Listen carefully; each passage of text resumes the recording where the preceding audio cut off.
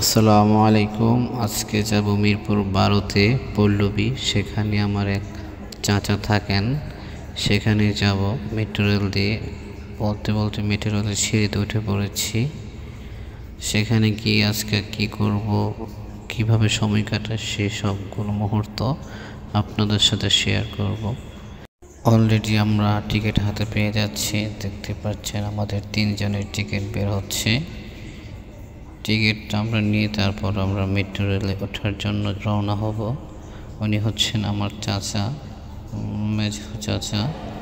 Metro rail আমরা যেতে একটি চলে গিয়েছে, তারপর আমাদের মেট্রো রেল আসবে।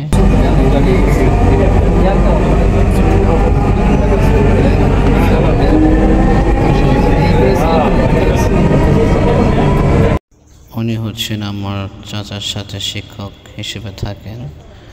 আমরা দাঁড়িয়ে আসছি কারণ আমরা সিট পাইনি, প্রচণ্ড ভিড় ছিল মেট্রো রেলের ভিতরে।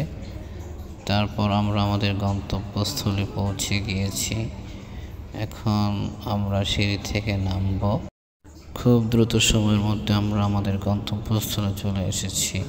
রাতের খাবার সবজি দিয়েছে, আরও কিছু রয়েছে। এই যে দেখেন কত লম্বা লম্বা রুটি।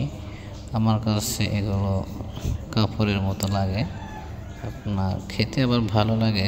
আমরা দেখাচ্ছিলাম যে এত পাতলা রুটি, এত বড়, এটাই একটা আলাদা আইটেম ঢাকা শহরে। আসলে এগুলোই হচ্ছে ঢাকা শহরের সৌন্দর্য, যে আনকমন কিছু পাওয়া যায়।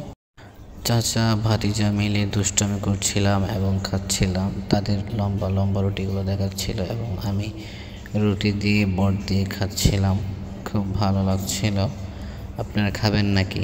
খেলে চলে আসেন মিরপুর 12-তে মোল্লাবাড়ি মসজিদে।